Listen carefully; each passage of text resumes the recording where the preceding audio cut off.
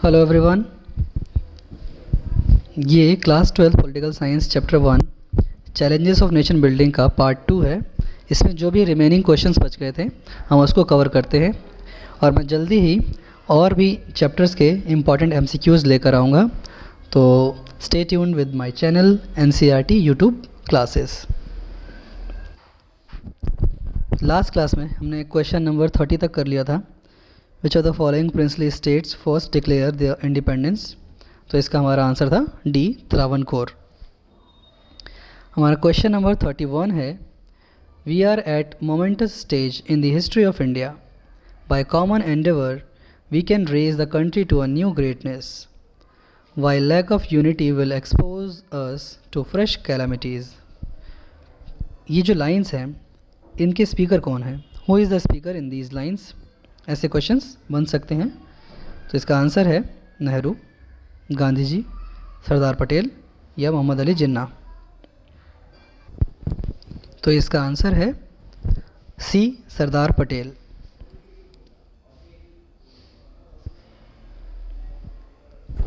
Question number 32, who was India's first home minister and deputy prime minister.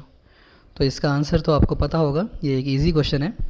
Option A Sardar Patel, B Nehru, C Rajendra Prasad, D G V Mavalankar. तो इसका answer है option A, Sardar Patel. Question number 33, who is considered as the iron man of India. किसे भारत का लौह पुरुष iron man भी कहा जाता है? महात्मा गांधी को, सरदार पटेल को, एसपी सिन्हा को या राजेंद्र प्रसाद को। तो हमारा आंसर है इसका भी ऑप्शन बी, सरदार पटेल को भारत का लौह पुरुष यानी कि आयरन मैन कहा जाता है।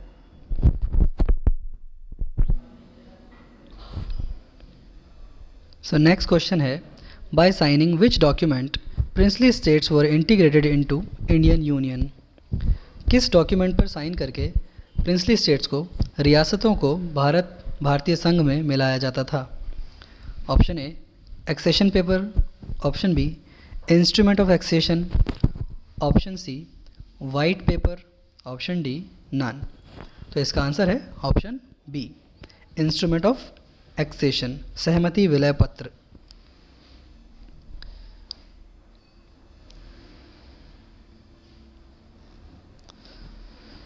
Question number 35, accession of which of the following states proved difficult than others.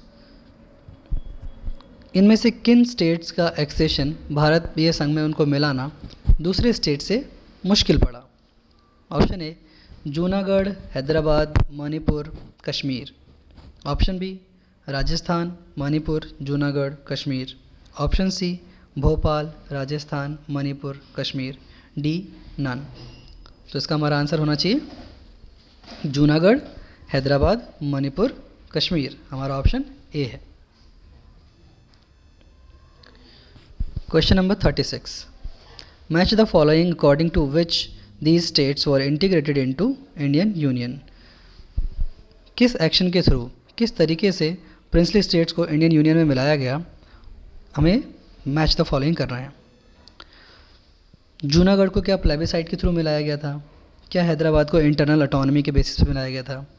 क्या मणिपुर को बाय पुलिस एक्शन मिलाया गया था? या कश्मीर को इंस्ट्रूमेंट ऑफ एक्सेशन के थ्रू? कौन सा आंसर हमारा करेक्ट है?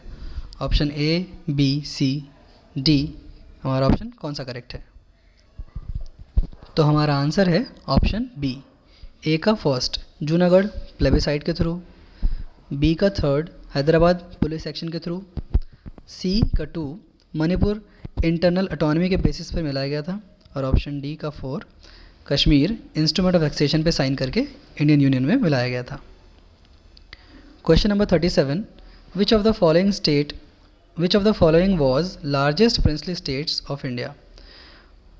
जब भारत में प्रिंसली स्टेट्स यानी कि रजवाड़े थे तो उसमें से सबसे बड़ी रियासत कौन सी थी? जूनागढ़ की, राजपूताना, हैदराबाद या कश्मीर। तो हमारा आंसर होना चाहिए option C.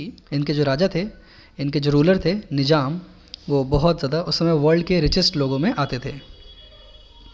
Question number 38, what was the name of paramilitary force which Nizam the ruler of Hyderabad had. Hyderabad का जो रूलर था निज़ाम, वो कौन सी पैरामिलिट्री यानी अर्धसैनिक बल उसके पास थी, उसका नाम क्या था? खालिस्तान, रज़ाकार, चहलगानी या कबाइली?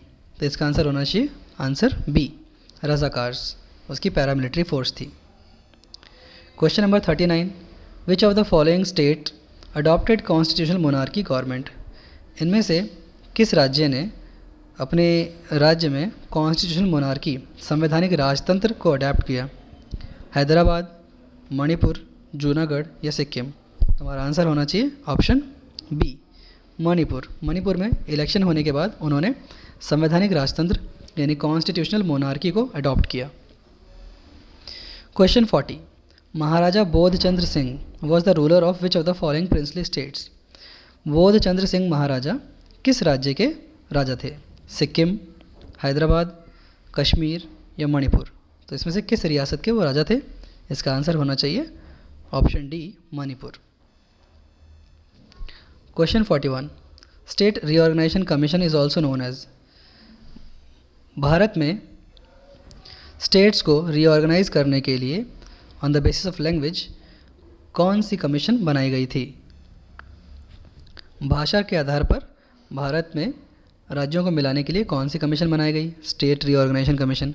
उसको और किस नाम से जाना जाता था? तो उसका option Fazal Ali commission, S K. Dhar commission, J V B. Commission या नन? तो इसका आंसर है option A, Fazal Ali commission. Fazal Ali एक रिटायर्ड चीफ जस्टिस थे हमारे कोर्ट के, सुप्रीम कोर्ट के, और उन्हें स्टेट रीऑर्गेनाइजेशन कमीशन का चेयरमैन बनाया गया था, इसलिए इसको फजल अली कमीशन भी कहा जाता है।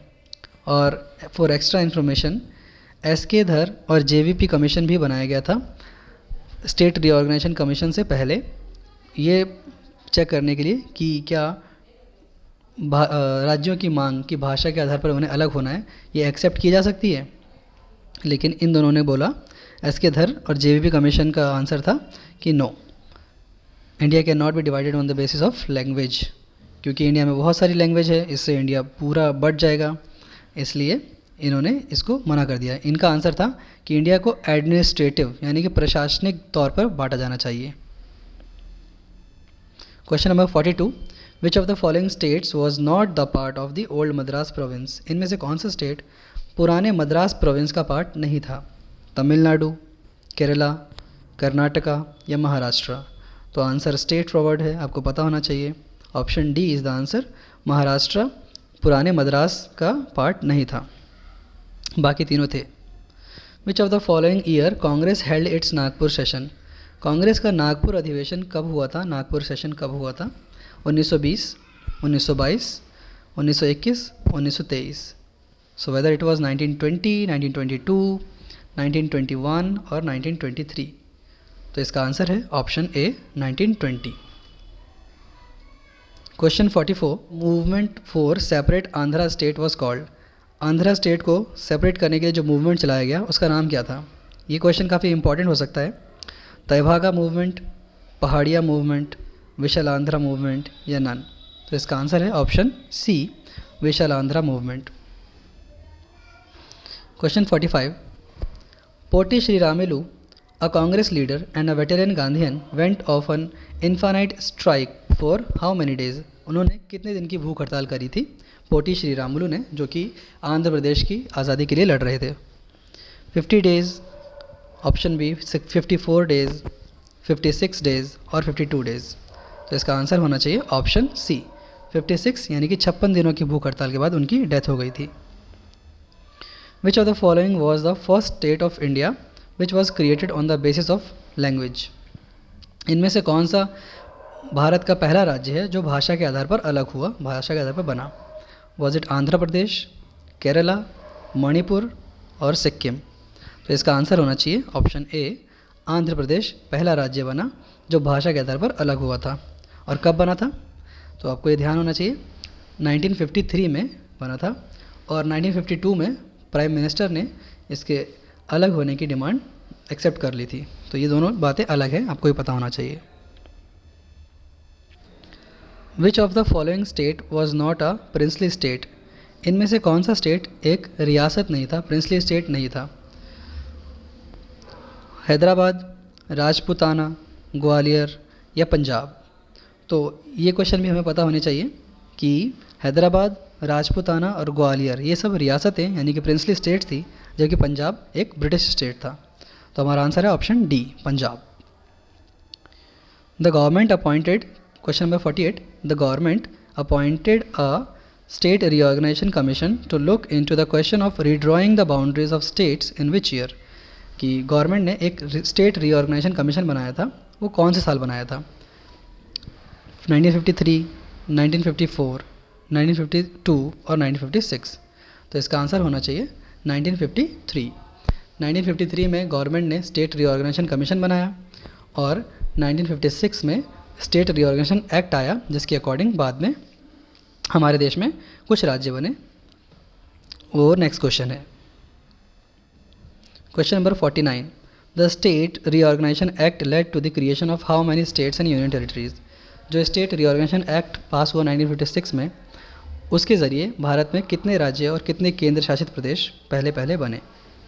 सो option A 14 states 5 UTs, option B 14 states 6 UTs, option C 28 states 7 UTs, option D 29 states 9 UTs. तो हमारा आंसर होना चाहिए ऑप्शन बी, 14 राज्य और 6 केंद्र शासित प्रदेश बनाए गए थे शुरुआत में। Question number 50, which of the following 2 states were created from Bombay presidency. Bombay presidency से कौन से 2 राज्य बने थे? ये बहुत आसान क्वेश्चन है, आपको पता होना चाहिए। Option A Gujarat and Maharashtra, option B Gujarat Karnataka, C Kerala and Karnataka, D Kerala and Tamil Nadu. तो हमारा आंसर है option A, Gujarat and Maharashtra. Gujarati speaking लोगों के लिए, जिनकी लैंग्वेज गुजराती है उसके लिए गुजरात बना, और जिनकी लैंग्वेज मराठी है उनके लिए महाराष्ट्र बना। Question 51, which of the following states was carved out from Assam in 1963। 1963 में असम से कौन सा राज्य अलग होकर बना?